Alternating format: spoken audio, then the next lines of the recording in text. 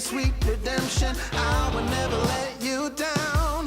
Will it ever get sunny? Oh, I wonder, honey, baby, how you make me sway. You say you will. I'm calling your addictive brain.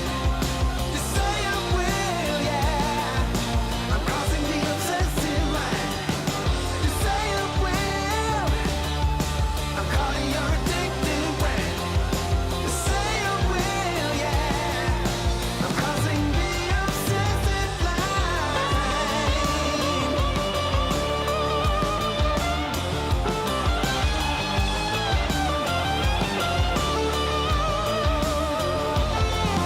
Saw you rolling steady, took it kinda heavy. Baby, I'm a loving kind. Jaded loving hazard doesn't really matter. Baby, say you will be mine. Take my affection and my safe protection. I will always be around. Will it ever get sunny? Oh, I wonder, honey. I'm tired of being in the line. You say you will. I'm calling your addictive brain. You say you will, yeah. I'm crossing the obsessive line. You say you will. I'm calling your addictive brain. You say you will, yeah. I'm crossing the obsessive line.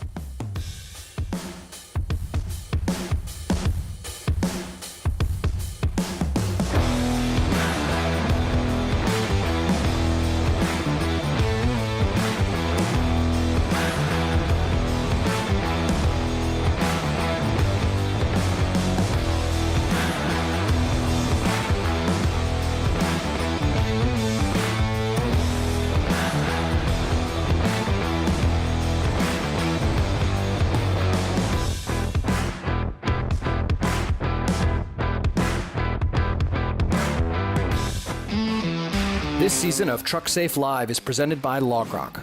LogRock builds technology tools to help trucking companies stay compliant with federal and state regulations. LogRock is easier. We connect to multiple systems like your FMCSA account and ELD, so you only have to use one system. LogRock is faster. We automate tedious tasks so you can use your time more effectively. LogRock is smarter. We notify you of issues like expiring or missing documents before they happen, so you can be proactive rather than reactive. Setup is easy, and most of our customers are online shortly after signing up. Request a demo now at logrock.com.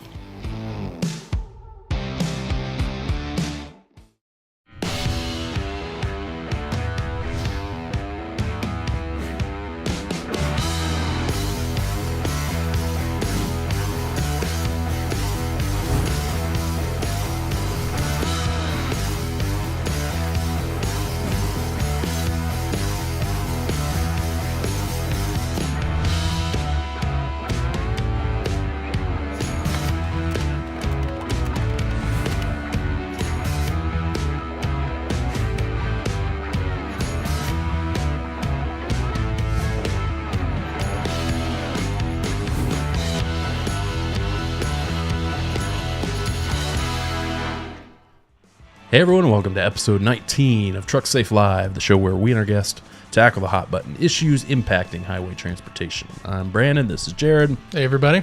We are with Trucksafe and Childress Law, both of which are dedicated to helping motor carriers develop and maintain cutting-edge safety programs. Today's show, we are talking about autonomous trucking and kind of preparing for that new world that we're all about to enter, whether we want to or not. Yeah, this is an exciting show. If this topic doesn't get you excited, not necessarily the regulatory piece of it, but if the autonomous piece doesn't get you excited, you probably don't have a pulse. Of all the topics we talk about, it's probably the most interesting, I gotta Absolutely. say. I mean, it's definitely going to be the biggest thing that happens in trucking and the transportation space in my lifetime for sure. Yeah, definitely. So that's what we're talking about today, especially in light of FMCSA's recent notice that it came out with. It's a supplemental advanced notice of proposed rulemaking. So we wanted to talk about that and what exactly the FMCSA is looking for in terms of public comments. Before we do that, a few things going on at Trucksafe that we wanted to mention. First up has to do with the Trucksafe Compliance Network. If you are not, this is going to go right over my face. I just realized that as I was clicking the button. We will take that off. But if you're not part of the Trucksafe Compliance Network, make sure you check it out. We've got an iPhone app and an Android app over in the App Store or the Google Play Store. Search for Trucksafe, you'll find it. The network is a space for safety professionals and risk advisors and folks who are involved in the day-to-day management of a DOT compliance program. We wanted to create a space for those folks to get together, learn from one another, ask questions. So that is through the Trucksafe Network. You can also find more information at trucksafenetwork.com. And it's free. And it's free to join. So there's no excuse for you not joining it. We do a lot of DOT compliance content, free content as well through there. We're doing monthly webinars. We just did a webinar all about the top hours of service related problems that fleets are facing and more importantly, what they can do to avoid them. So join it, participate. Hopefully you'll find it useful. One other thing I'll mention is our most recent Trucksafe Live. We did a special episode last week. We try and do these monthly, but we had a special one last week about breaking news in the industry having to do with FMCSA's announcement that it is considering pretty significant changes to the CSA scores, the safety measurement system, which surprised me. Did you have any idea that was coming? I had no idea it was coming, but I mean, I think that's just proof, in accordance with this SANPRM as well, that this administrator is not afraid to use regulatory tools, and we're going to see a lot of activity with this administration in the years to come. Yeah, so we broke that down in our most recent episode. Go back and watch it if you're interested in that.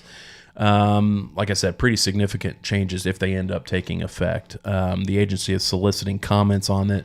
I guess what I will say is that it wasn't necessarily surprising that this would ultimately happen because we knew going back 5 years or so, Congress told FMCSA that they had to, number one, commission an independent study of the SMS based on widespread criticism of that platform over the years. And they commissioned that study. And so we've been waiting to hear what the agency's response to that study was going to be.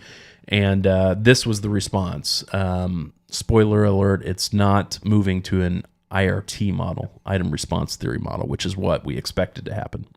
But they said, screw that. We're not doing that. Yeah, well, the IRT model had its strengths and weaknesses. I think that it was just going to be really, really complicated for folks to understand, including ourselves. And so moving away from it in that regard makes a little bit of sense. Yeah, I thought it was funny. In their notice, the FMCSA, they listed out 5 reasons why they're not going with the IRT model. And the one that really stuck out was essentially, this model is confusing as hell, so we're not going to. So anyway, go back, watch that if you're interested in that. What else we got going on, Jerad? We've got a couple of events coming up where we're speaking at the Indiana Motor Trucking Association on the 23rd. We're actually going to be talking about this same subject, the autonomous regulatory landscape. So if you're going to go to that, pop in, say hi. We'll also be at ATA's SS and HR conference, which is in Minneapolis, April 4th through 6th. So stop in and say hi to us. I believe we're going to have a booth on that one, right? Are we? Maybe. I thought maybe we were. Well, anyways, possibly. if you see us around, say hi. Yeah, we're definitely gonna be speaking there, and we're gonna be speaking on driver qualification issues at the ATA conference. So yeah, like Jared said, stop by, say hey. We would love to see you there. And then lastly, the last thing we'll mention before we get into autonomous trucks is our fleet compliance boot camp. This is coming up April 19th and 20th. Seems like it's been forever since we first announced this, and it's finally coming up April 19th and 20th. First one's going to be in Indianapolis. This is going to be a 2-day conference where Jerad and I and some special guests potentially are going to be really digging into DOT compliance and helping attendees really build out a robust safety program, a cutting-edge safety program. That's the whole point of it, is to really get into the nitty-gritty of what it takes to manage or effectively manage a safety program. So if you're interested in joining us for that, we've got limited spots open. We're trying to limit these to a small group of folks so we can spend more time with you one-on-one and really go through your existing program and what tweaks you can potentially make to it to really take it to the next level. Trucksafebootcamp.com is where you will find more information about that if you are interested. All right, enough about us. Let's talk about autonomous trucks. Jared, you want to kick us off here? Yeah, sure. Before we kind of get into the subject, I just want to point out there's a very limited amount of time to issue your comments on this SANPRM. They're due March 20th.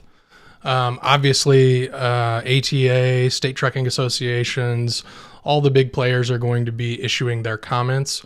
So now is definitely the time to reach out to those entities that you may be a member of and kind of get your point of view across, or start drafting your own comments up, because, you know, we see a lot of these regulations pass and some of the folks that don't issue comments are the loudest complainers after the regulations go into play. Annoying. So if only there were something they could do about this. Yeah, so come up with your comments that are, you know, better than, you know, we should be skeptical of AI altogether and this is going to kill the trucking industry. You know, intelligent comments, definitely get those out there, because now is the time, because we're going to have to live with these regulations that go into play at this point. This is your opportunity to participate in the rulemaking process. This is your one and only chance, so be sure to do it. Absolutely. So before we get started, the SANPRM is really focused on levels 4 and 5. If you're not familiar with the SAE levels, there's level 0 all the way up to 5. And you can look this chart up. It gives great detail. And this is the chart, the SAE chart, which is what the FMCSA has been relying upon for the different levels of autonomous operations. Like I said, levels 4 and 5 is what the SANPRM is focused on. Levels 0 through 3. We see some of these levels already on the road. Obviously, level 2 is what you're going to see in like the Teslas.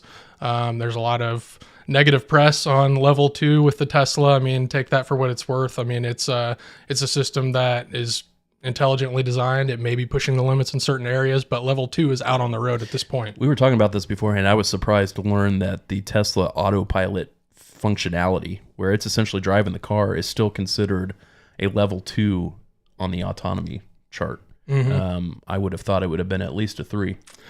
Yeah, certainly. Well, with levels 2 and 3, there is a human element involved, which is why a lot of the autonomous vendors have chosen to go after level 4 to take the human element out of it, because you can issue as many disclaimers as you want with level 2, saying you have to be ready to take over at a second's notice, and people are still going to be doing their makeup, eating their breakfast, falling asleep in level 2. And we see that. I mean, there's plenty of videos out there where people are rolling down the road in Teslas dead asleep on the highway. So levels 4 and 5, just carving out levels 4 and 5, the main difference between 4 and 5 is operational domain.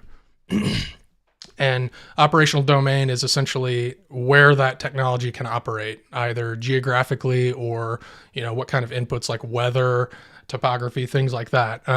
Level 5 has no operational domain limitations. Level 4, which is what we're seeing freight movement happening right now, we have autonomous vendors that are moving freight actively in level 4. There's limitations on the operational domain, i.e., snow, rain, those things coming into play could limit the operational domain. And geographically speaking too, we have level 4s operating in, geographic areas, i.e. like maybe just a certain city has been mapped out by the system. And that's the way level 4 typically operates is, the different autonomous vehicles will go out and map out the terrain, map out where merges happen, where hazards typically happen, and the system is ready to anticipate those in level 4. Yeah. And so it's a limitation on the operational domain. I don't think enough people realize that we currently have autonomous trucking going on in the country right now. Because you'll see a lot of people post online about, this is never going to be a reality. We're always going to have a human driver. Open your eyes because this is going on.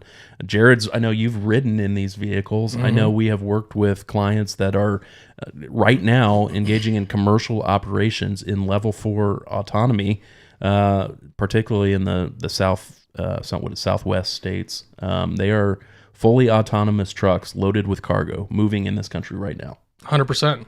And like you mentioned, the Southwest is optimal for operational domain because the geography is a little more stable. The weather is obviously more stable. And so there's less variables that can muck up the operational domain. Even freight aside, there's ride sharing services right now that are 100% autonomous at certain cities. If you can get your hands on one of those, it's a pretty cool experience. I've done it myself. It's a little scary at first, but it's pretty cool. I mean, so long story short, this is a reality now. So this is why, from my perspective at least, we need to get a handle on this from a regulatory framework because we are already behind the 8 ball at this point. We need to get something on the books so that we know how we are going to kind of regulate these things. I mean, I don't think it's any secret to anybody that the existing federal motor carrier safety regulations, which we're always talking about, have historically been geared towards there being a human driver in the seat of the truck. And so there's going to have to be some changes to them to account for the fact or the reality that there is no longer always going to be a human driver. Sure, and there's absolutely a sense of urgency at the agency at this point that I can sense because the states have started enacting their own laws. And so testing is occurring at the state level. I mean, we know that it's hard to have truly intra-state loads, period, when you're talking about freight at this point. But a lot of the states are far ahead in allowing testing to occur and allowing driverless testing and driverless movement of freight. Yeah. And so we're forcing the DOT's hand at this point. Sure. And maybe that's a good thing. Not sure. But the agency's trying to catch up with the states, which is essentially driving the train at this point. Yeah. So maybe first things first here, we'll start with a brief timeline of how we got to where we're at now in terms of the rulemaking process. First thing we kind of saw on this front when it comes to autonomous trucking was an original request for public comments on potential regulatory barriers to autonomous trucking. This was a request filed or published by the FMCSA back in May of 2018. It ultimately led to a report from the Volpe Center, which is a center that the FMCSA relies on pretty regularly to do studies and research on complex topics that they're tackling. Mm-hmm. So Volpe ended up issuing a report as part of that initial notice, and that's in the docket. If you have interested in looking at it, you can go search for the Volpe report on barriers to autonomous trucking in terms of regulations. And essentially what Volpe was looking at was they were going through all of the federal motor carrier safety regulations and figuring out what potential revisions we need to make to each of those sections to account for the prospect of driverless vehicles. And so they issued their report. There weren't really any surprises from what I could tell in reading that report there. It was the topics that you would expect would have to be changed to account for driverless vehicles. But ultimately, FMCSA then issued an advanced notice of proposed rulemaking, ANPRM, in May of 2019. This kind of kicks off the rulemaking process. We see this.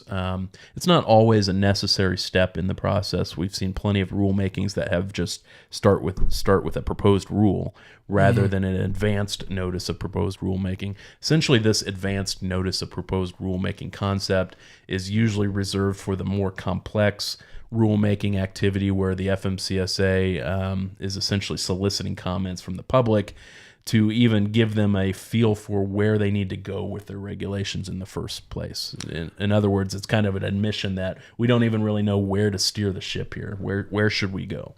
And this step is by far the most complex regulation that we're going to see for a long time, even though at this point we're focused on adjusting the regulations to allow for autonomous vehicles and driverless vehicles. Yeah. It's still going to be a very, very complex task for sure. And it's going to involve multiple agencies. This is not just an FMCSA problem, obviously. It's the ones that immediately come to mind that are going to have to be involved to some extent, even just with under the umbrella of the DOT, are NHTSA, National Highway Traffic Safety Administration, which is, you could probably give a better explanation of kind of their scope of jurisdiction. Sure, yeah. So NHTSA essentially regulates the manufacturing of vehicles, including commercial motor vehicles, and they use the Safety Act as their body of authority, and they issue FMVSS, motor vehicle safety standards on how those vehicles have to be produced, the FMVSS.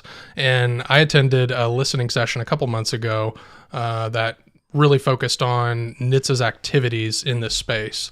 And they have tons and tons of studies that are ongoing right now, studying autonomous vehicles and how they're going to be regulating them, how they're going to be ensuring compliance with the FMVSS that are going to drop.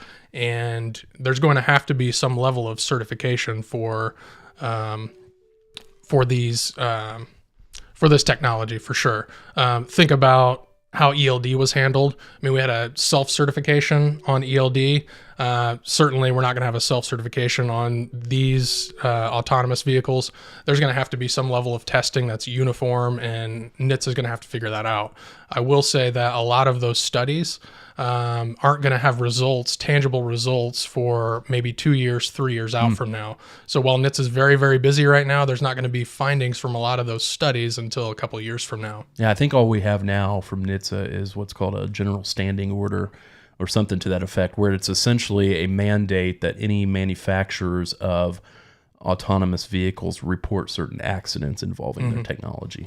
Yeah, that's all manufacturers. So any manufacturer that has level 1 through 3 on their vehicles, if there's a crash, say, that has some autonomous operations level 1 or 2 involved, that has to be reported under this SGO. And so they're gathering all this information at this point. The levels 1 through 2 that I tend to think of, and correct me if I'm wrong, but it's things like adaptive cruise control and lane departure correction, stuff like that. Is that? Yeah, so it's driver assistance technology largely. So these are things we have on a lot of our commercial motor vehicles and personal vehicles now. So it's driver assistance technologies essentially. Okay.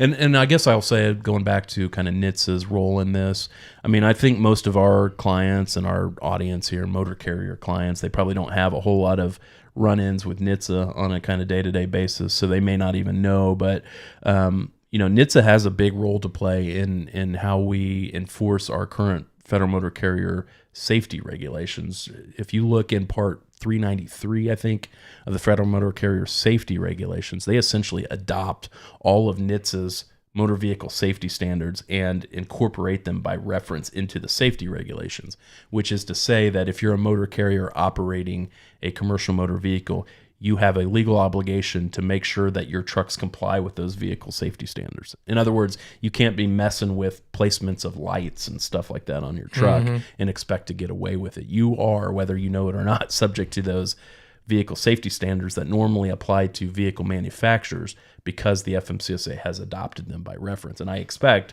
that we will see something similar when it comes to autonomous trucking regulations that are ultimately promulgated by NHTSA. Certainly. So that took us to the ANPRM back in May of 2019. I was looking at the docket today. I was surprised to see that there were only 181 total comments submitted to that initial ANPRM, which may explain why we haven't seen any activity on it since 2019. Also, we've had an administration change in the interim. Now we're under the Biden administration. So long story short, there wasn't much comment activity to that first one. So that took us to where we are just last week with, was it last week? No, it was in January of 2023, FMCSA comes out with its supplemental advanced notice of proposed rulemaking, SANPRM, and that's where we are currently. That's what we are talking about today. And with the ANPRM, 181 comments is not much. I'll definitely give you that. It could be a sense of, where do we even go from here? A lot of people may have been frozen in the industry, like this is not happening anytime soon. Why comment on this? It's confusing anyways. But this SANPRM, we're going to walk through some of these comments from the agency that they're soliciting comments for, and they're not that complicated as long as you understand some of the basic concepts and where they're trying to go.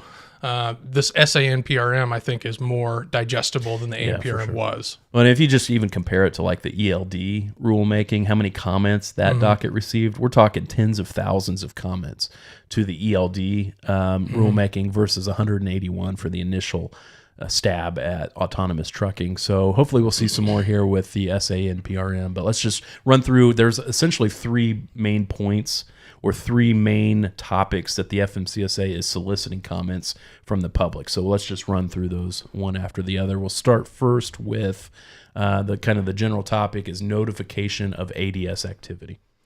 Yeah, so there's 1.1 through 1.5, and essentially the FMCSA is trying to get their hands around what kind of information they should be gathering, what kind of gatekeeping they should be doing, and 1.2 was pretty fascinating to me. I'll jump right to that one. And it essentially gets to the point of how are you as a motor carrier going to be vetted in a way to run in interstate commerce with autonomous. Are we gonna let everybody do this? Yeah. Or no? Is that a bad idea? The language that I found was pretty interesting in 1.2 was whether or not you have appropriate safety management controls in place. And that's kind of magic language that you see during compliance reviews or audits.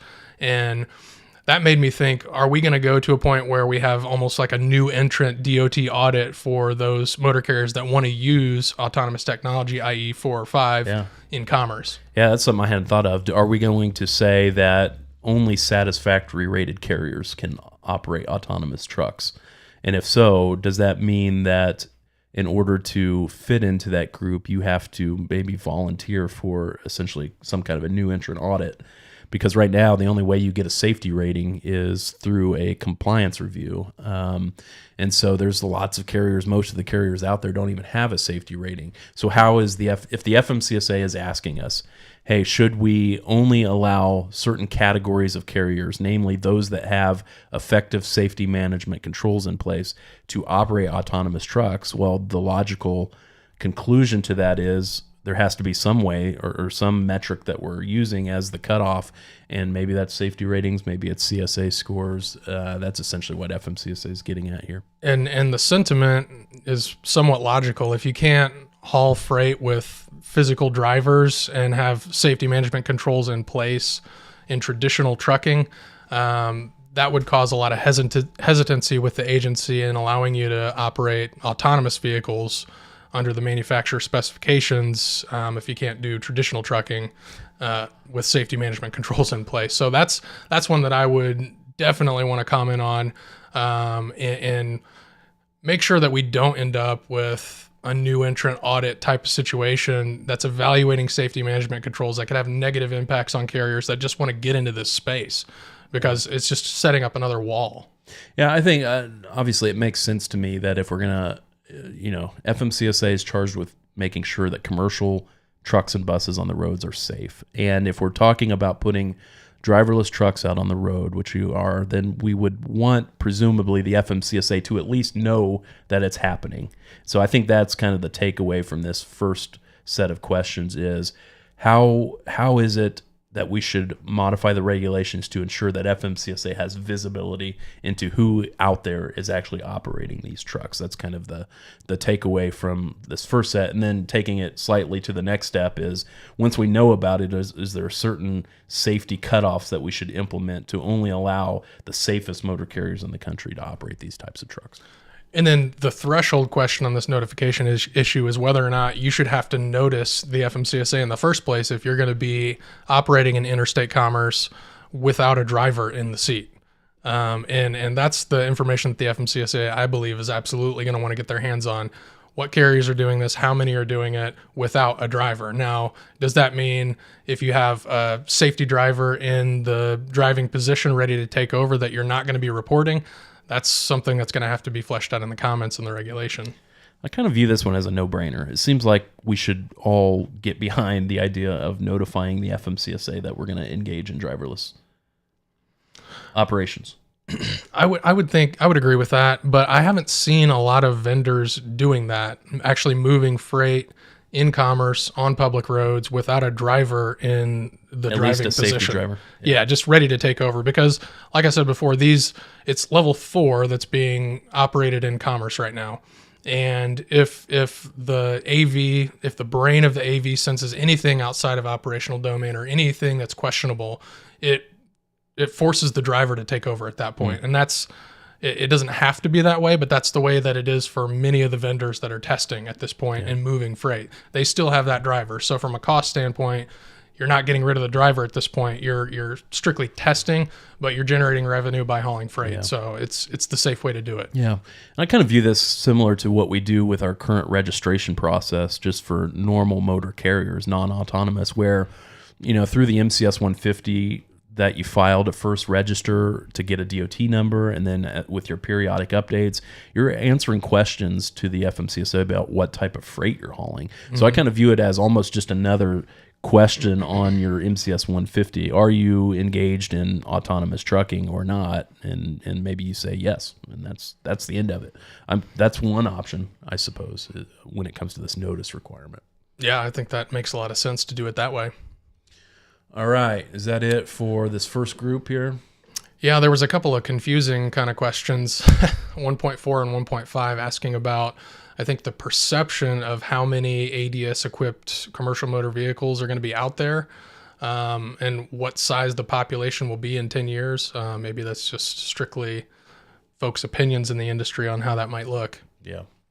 Smarter people than us can forecast how many driverless trucks we can expect. Okay, let's move on then to the second big category of 3 categories that the FMCSA is soliciting comments on, and this has to do with the regulation of so-called remote assistance. What are remote assistants?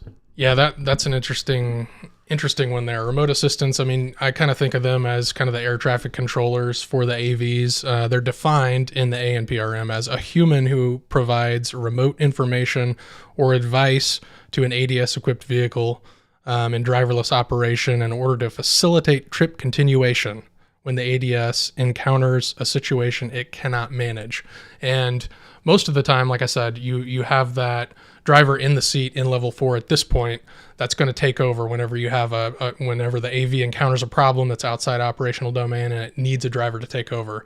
Well, in the long run, we're going to see levels 4 and 5 where we have remote assistance, and they're going to be interacting with law enforcement. They're going to be making sure the vehicle gets off to the side of the road if it encounters a problem that it can't handle.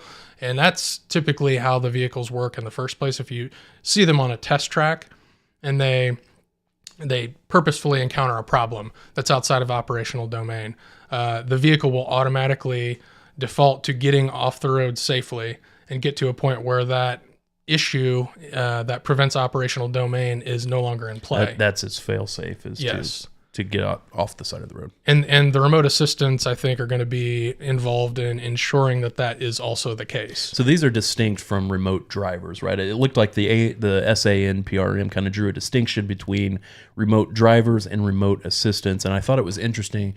Remote drivers, it kind of talks about them as being almost like operating the controls of a remote controlled toy car, where you are actually physically manipulating the throttle, you're manipulating turn signals, stuff like that. But what this notice seems to be focused on are remote assistants, folks who are somehow involved in the process but not taking control of the vehicle, throttle and turning and stuff like that.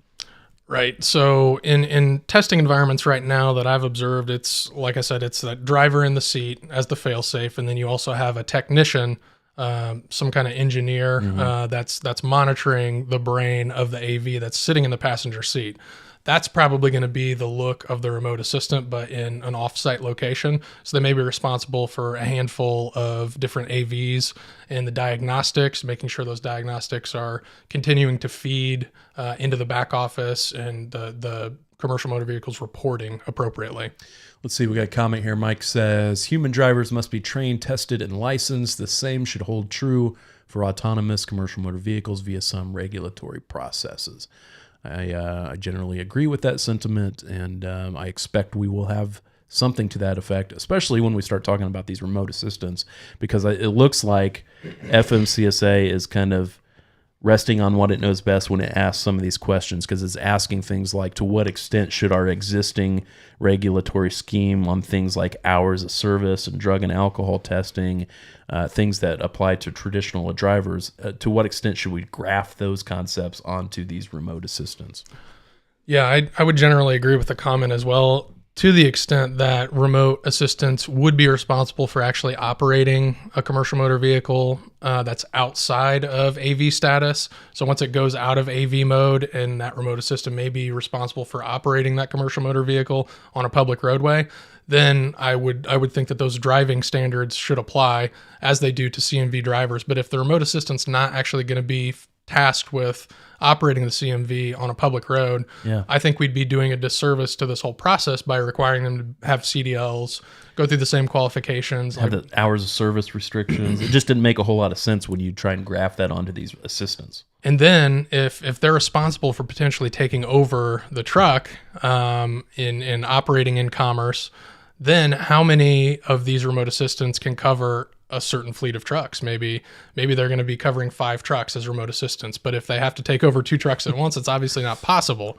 Yeah. And so you get yourself into muddy water really, really quick. So that is one of the questions, right? Is should we place a limit on the number of trucks that a remote assistant should be responsible for overseeing, something to that effect? And I think that does make sense. Absolutely. There's got to be a limitation on that. Otherwise, you could have one remote assistant, because let's be honest, this is going to get rid of hours of service, and the new hours of service is going to be diagnostics and maintenance, which we're going to touch on here in a little bit. But the temptation is to run freight 24/7 if you can. Yeah. And the other temptation is to have one remote assistant with as many trucks that it's responsible for at once, which is going to get us into a dangerous situation for sure. It's a whole new set of concerns that we haven't really had to think about in the past, versus the other side of this, which is FMCSA asking, should we apply some of our traditional rule set to these assistants? Like, for the reasons we've already said, I just don't think that makes a whole lot of sense. It makes a heck of a lot more sense when we're talking about remote drivers who are actually physically controlling the vehicles. For the same reason we don't want fatigued drivers behind the wheel of the truck, we presumably don't want fatigued remote drivers who are physically driving them potentially remotely from a remote location. So, and also kind of the CDL requirements too. I imagine we want some kind of similar construct when it comes to regulations for remote drivers. But I think the construct for remote assistants who are not going to be physically controlling the vehicles has to change dramatically. It doesn't make sense to me to graft what we have currently onto remote assistants. Yeah, this section of the SANPRM clarifies that the remote assistant who is not going to be expected to take control of the dynamic driving task of the ADS-equipped CMV operating at level 4. So we're talking about remote assistants that are not going to be expected to operate the commercial motor vehicle. So in my mind, I certainly don't feel like the same requirements should apply to CDL drivers that apply to these remote assistants. That's just me. It just seems like we're shooting ourselves in the foot before this thing even gets off the ground. You're going to get all kinds of blowback and negative comments from all the drivers out there. That's all right. Bring it on. Jerad said that. Jerad said that, not me. And it's not going to kill the trucking industry. You know, the operational domain is limited. I just don't think the application is going to be great for short haul. It's not going to be great for urban driving where you're doing deliveries and things like that. How could it take over the trucking industry at this point, at this stage? I think it's going to be medium segments, long haul segments with defined corridors for these AVs are going to be areas where this is just optimal. And I think that's where we're going to see it initially. Jared's email for any hate mail here is okay. Anything else here on remote assistance that we haven't hit on yet? Let's see. One interesting thing too is who's going to be responsible for these remote assistants. Is it going to be the AV vendor, the AV company? Are they going to be the ones that are responsible for putting these remote assistants over certain fleets? Is it going to be the motor carrier that has to train these remote assistants based on the AV technology? I mean, that's another area that's really, really interesting because it seems like there's going to be a lot of special knowledge that's required of these remote assistants. That's something we don't have a whole lot of. This is another area that's kind of novel to how we've kind of traditionally regulated motor carrier operations. We don't have a situation now that I can think of off the top of my head where we have motor carriers relying so heavily on manufacturers to kind of steer the ship on certain things. Whereas you're exactly right.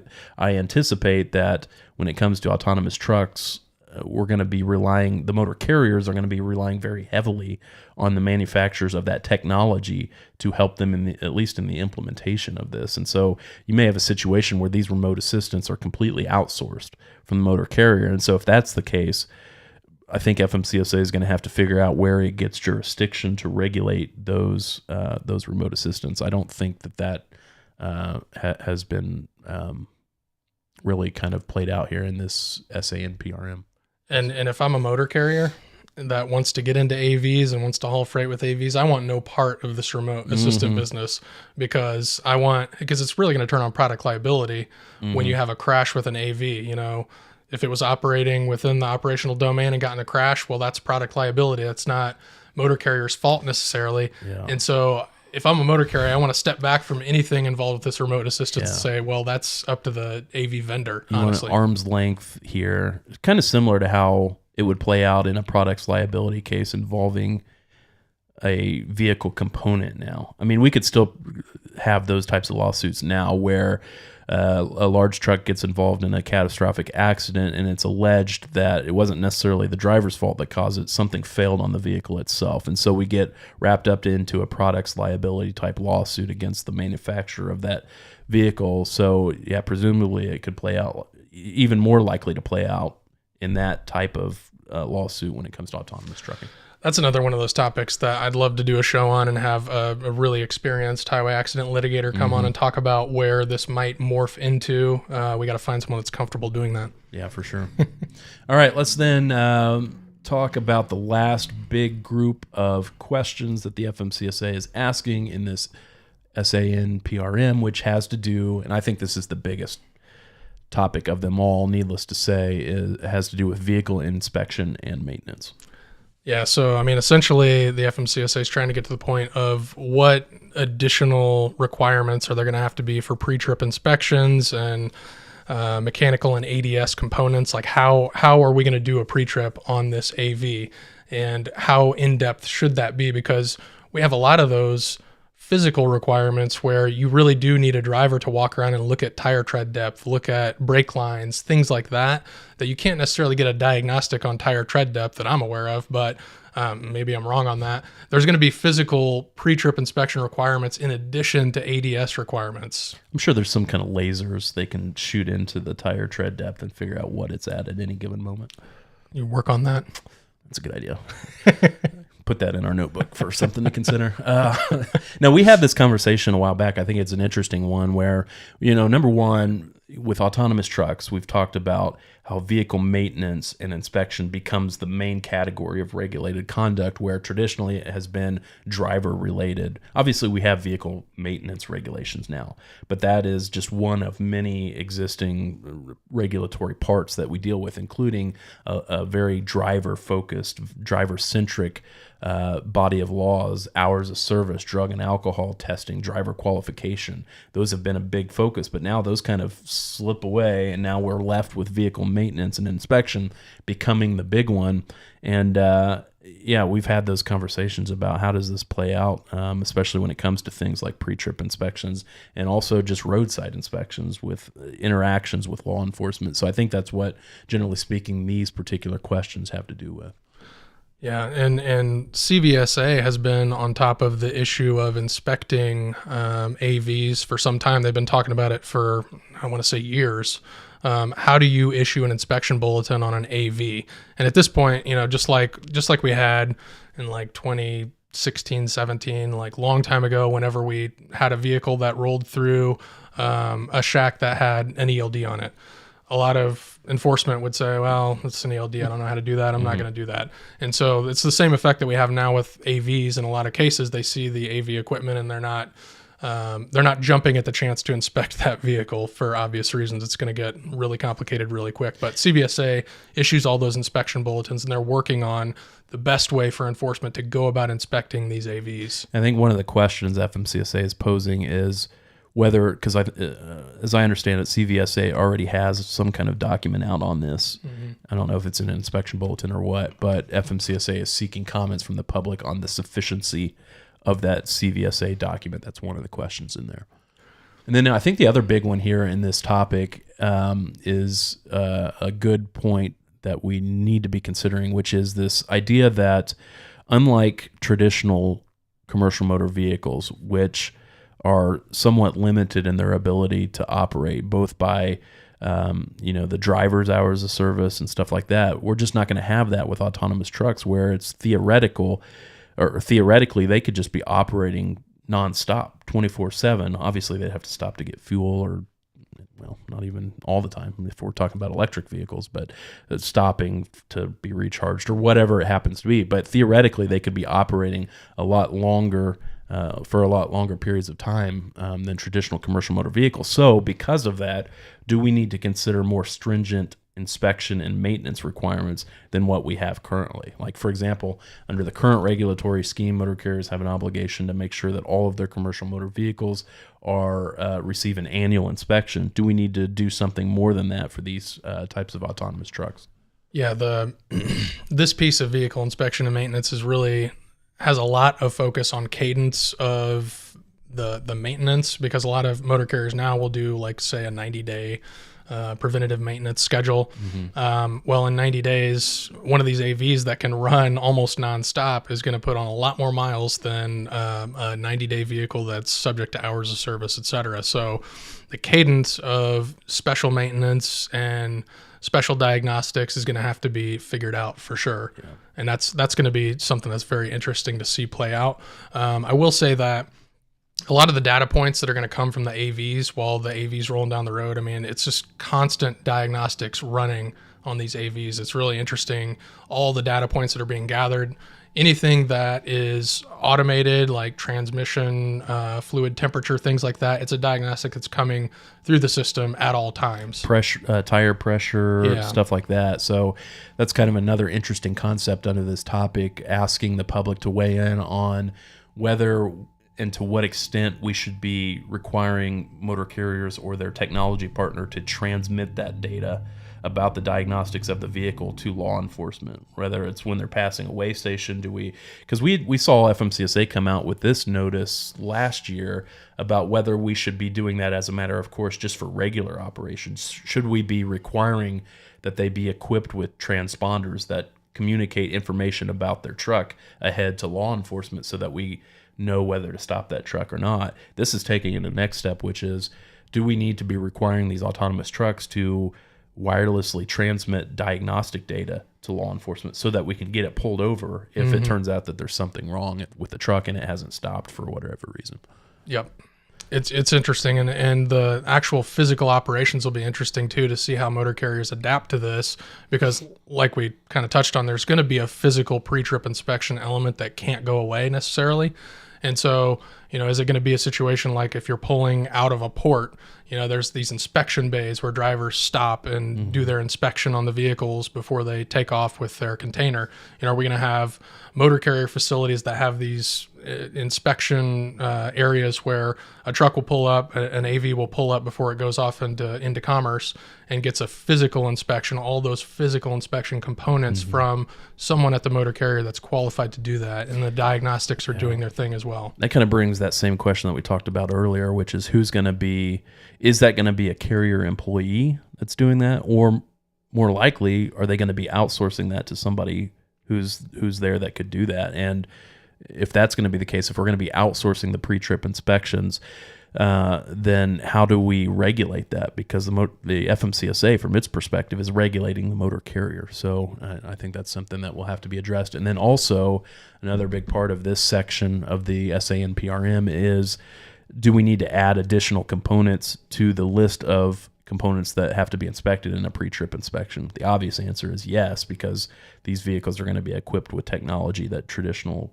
vehicles are not. So yeah, like we said, there's going to be this component of technical knowledge that's required in that individual that conducts that inspection. That portion of the inspection may be provided by the vendor, and then we may have a physical inspection that occurs, and that individual could certainly be provided by the motor carrier that has the ability to do the pre-trip inspections at this point. yeah, because I think it goes without saying that we want somebody taking a look at the sensors that we're relying so heavily on before the vehicle starts to operate to make sure that they're good to go. So yeah, these are the things that have to be commented on at this point, because the regulations are going to come out and we're going to have to live with them going forward. So yeah, for sure.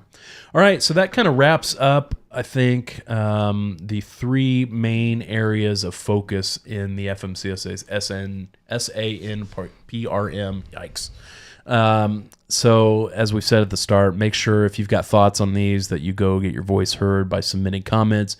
As Jerad said, we're going to continue to dig into these issues. We're going to probably have a series of Trucksafe Live episodes on this topic.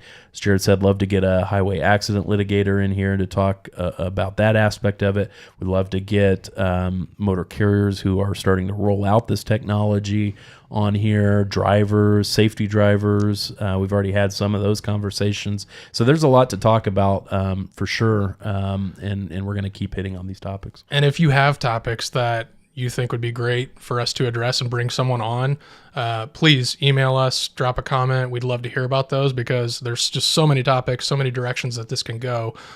We'd love to just find those experts that we can bring on the show and pick their brain and talk to them to the extent that they're comfortable doing that. Yeah, for sure.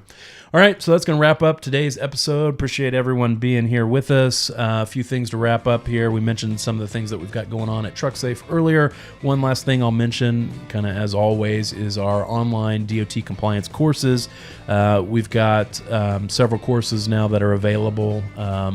We've got our safety manager course, which covers pretty much all aspects of the federal motor carrier safety regulations, everything, again, that it takes to effectively manage a DOT compliance program.